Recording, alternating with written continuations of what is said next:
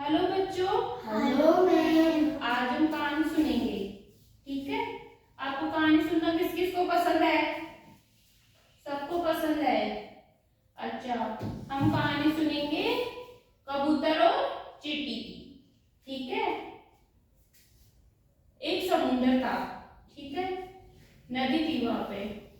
तो नदी के पास पेड़ थे। नदी के पास पेड़ पौधे, पहाड़, नदियां, जंगल, ये सब रहता है। ठीक है। तो एक पेड़ था, वहां पे पेड़ के ऊपर कबूतर बैठा था।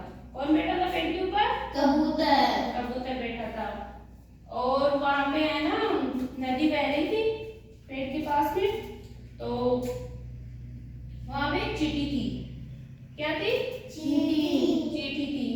तो वहां पे चींटी है ना, नदी जब पानी का बहाव बहुत तेज आया तो वो किनारे पे थी चींटी। पानी पीने के, उसको प्यास लगी ना, तो पानी पीने के लिए वो किनारे के पास चली गई। तो पानी का बहाव जैसे ही आया, वो पानी के बहाव के साथ बह के चली गई। पानी के अंदर बह गई वो। फिर उसने कहा कि मुझे बचाओ बचाओ बचाओ, कोई नहीं था। फिर कबूतर ये सब देख रहा था, तो है ना, कबूतर को उस पर दया आ गई।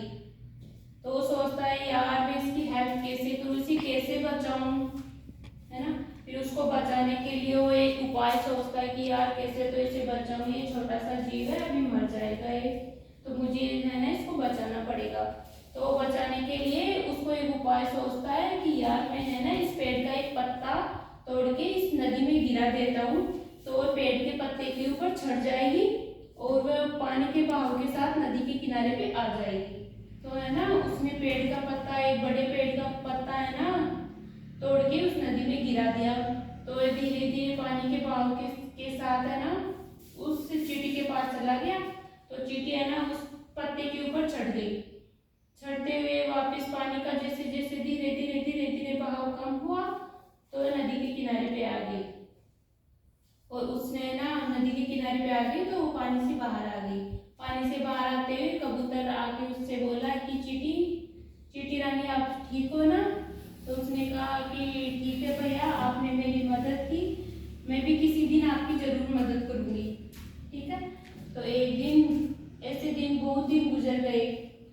दिन गुजरते गए। फिर एक दिन है ना, कबूतर है ना पेड़ के ऊपर बैठा था और वहां पे है ना शिकारी आया तीर लेके।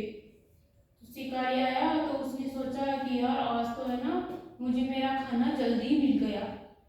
तो है ना वो, ये सब है ना चींटी देख रही थी, वहीं पर ही चींटी बैठी थी। तो वो उस पे कबूतर पे निशाना साधने लगा। ये सब चींटी देख रही थी कि यार ये तो वही कबूतर भैया है, मुझे है ना इसकी सहायता करनी चाहिए।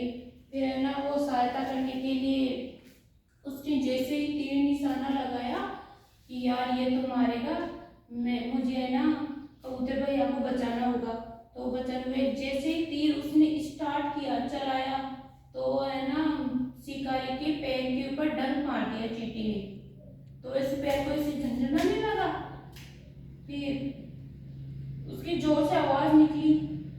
चींटी जब डंक मारती है ना, जोर से चिल्लाता है ना, तो वैसे ही शिकारी चिल्लाया। कबूतर को उसकी चिल्लाहट सुनाई दी। तो कबूतर है ना, कबूतर को पता चल गया कि यार ये शिकारी आया और हमारा शिकार करेगा। तो ये सब सुनकर कबूतर तो उड़ के चला गया। फिर है ना शिकारी वहां से भाग गया। तो फिर अब बाद में ना कबूतर उसके पास आके बोलता है कि चींटी बहन, आपका मैं शुक्रिया अदा करता हूँ, आपने मेरी सहायता की, आप बहुत अच्छे हो। वैसे दोनों दोस्त बन गए। ठीक है, आपको ये कहानी कैसी लगी? अच्छी लगी।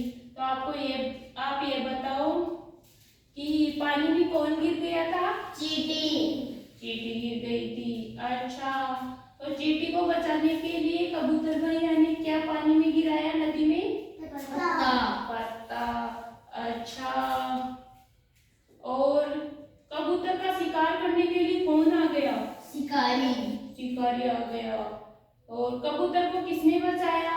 चींटी ने। कैसे बचाया उसको? डंक मार के शिकारी। अच्छा, डंक मार लिया, उसके पैर के ऊपर डंक मार लिया। डंक मारने से उसके जोर से वो चिल्लाने लगा, तो उसकी चिल्लाहट है ना कबूतर सुनने लगा।